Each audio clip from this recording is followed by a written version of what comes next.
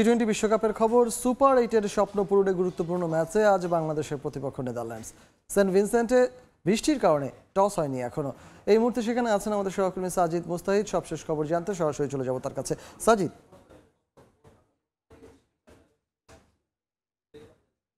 আবহাওয়া কিন্তু কিছুটা বিচিত্র বলা যায়। গতকাল রাতে বৃষ্টি হয়েছিল, আজও কিছুক্ষণ আগে বৃষ্টি হয়েছে, এখন আবার রোদ উঠেছে এবং এই বৃষ্টির কারণেই কিন্তু বাংলাদেশ এবং নেদারল্যান্ডসের ম্যাচে টস হতে কিছুটা হলো বিলম্ব হচ্ছে। তবে কিছুক্ষণের মধ্যে টস হবে, আমরা যেটা প্রত্যাশা করছি। তবে কন্ডিশনের কথা বলতে চাই, আউটফিল্ডের কথা বলতে চাই, যেহেতু বৃষ্টি হয়েছে, বৃষ্টির সম্ভাবনা রয়েছে, এই মাঠের কিন্তু পুরো আউটফিল্ডটা একদম নতুন করে করা হয়েছে এবং one of the best drainage ব্যবস্থা, যেটা সেন্ট ভিনসেন্টের প্রধানমন্ত্রীর সঙ্গে গতকাল কথা বলেছিলাম, তিনি বলেছেন যে ড্রেনেজ ব্যবস্থা এবং মাঠের অন্যান্য যে সুযোগ সুবিধাগুলো আছে সেগুলো সবই বিশ্বমানের।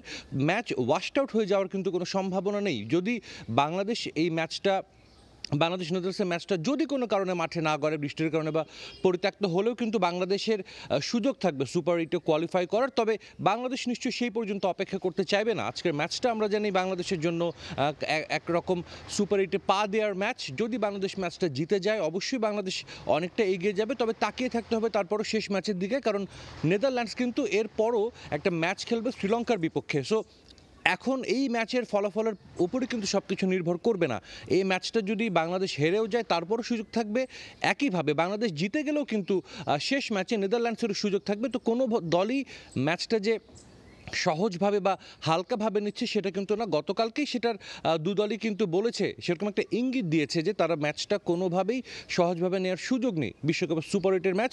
তবে গত ম্যাচগুলোর তুলনায় বলতে হয় যে বাংলাদেশ গত দুই ম্যাচে অনেক দর্শক সমর্থন পেয়েছিল, সেই তুলনায় আজকের ম্যাচে দর্শক সমর্থন কিন্তু কিছুটা কম। কারণ আমরা জানি সেন্ট ভিনসেন্ট অনেক দূরে, যুক্তরাষ্ট্র থেকেও বেশ অনেকটা পথ আসতে হয়, যার কারণে কিছুটা হলেও কিন্তু আমরা জানি যে সমর্থক উপস্থিতি কম হবে মাঠে। তারপরও এখানকার প্রধানমন্ত্রী তিনি বলেছেন তিনি বাংলাদেশ দলকে সমর্থন করবেন। ডেফিনেটলি বাংলাদেশ দল সাপোর্ট পাবে এখানকার সাধারণ মানুষের।